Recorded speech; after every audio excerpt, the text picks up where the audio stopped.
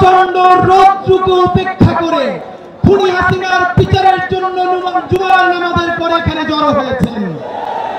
কথা খুবই অল্প এবং স্পষ্ট কয়েকটা কথা বলে দিতে চাই। আজকে আমরা এখানে 1 ঘন্টা 2 ঘন্টা 1 রাতের জন্য আসি নাই। 10 মাস হয়ে গেছে আমাদের মায়েরা যখন সন্তান প্রসব করে 10 মাসে তার প্রসব বেদনা শুরু হয়ে যায়। এই জুলাইয়ের সরকারের এতদিনে গণহত্যার বিচারের জন্য প্রসব বেদনা শুরু হওয়ার কথা ছিল।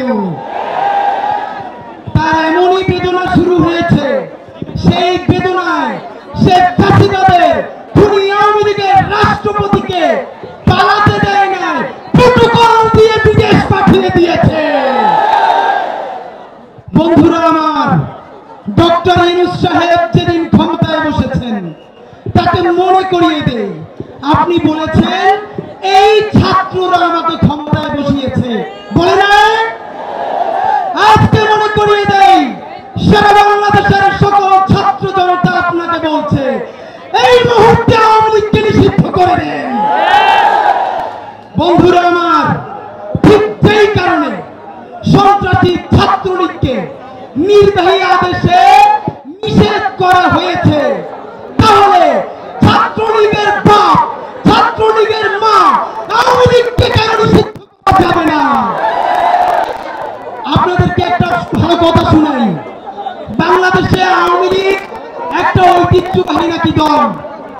দুনিয়ায় যে ইউরোপে, যে জার্মানিতে, যে কাচ্ছিরা গণহত্যা চালিয়েছে, সেই গণহত্যা চালানোর পরে আমাদের আসিফ নজরুল সাহেব আমাদেরকে আওয়ামী লীগের কথা শোনায়।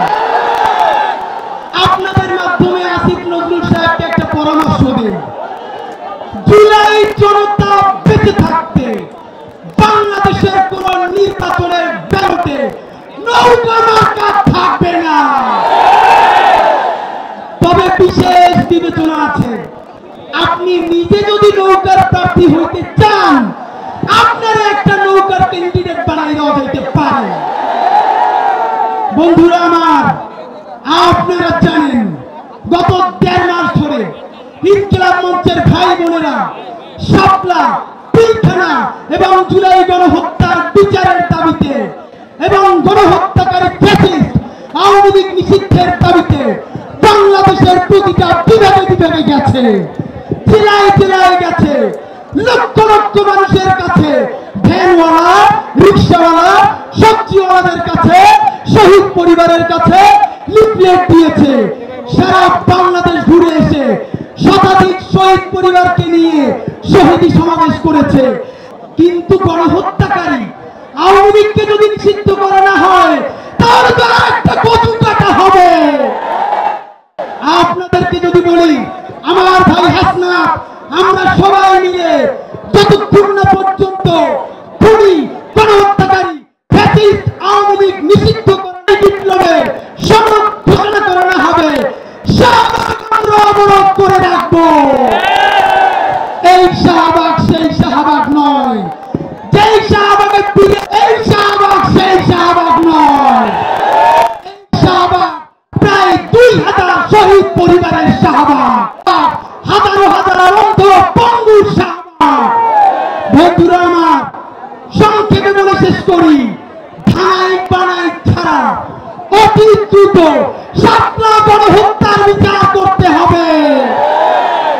পিলখানায় আমার দেশপ্রেমিক সেনাবাহিনীর লাশ পুড়িয়ে দেওয়া হয়েছে, পিলখানার বিচার করতে হবে।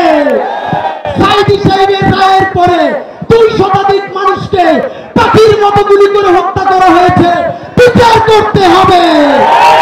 মোদি বাংলাদেশে আসার পর মোদি বিরোধী আন্দোলনে যারা নেমেছে, শহীদ হয়েছে, বিচার করতে হবে।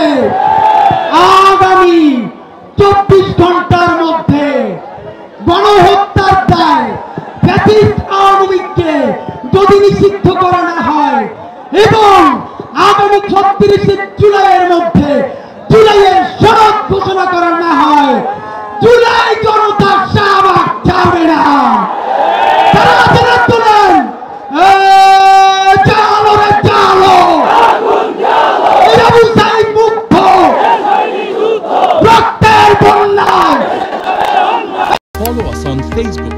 subscribe our YouTube channel. Get the latest update on www.daily-sun.com.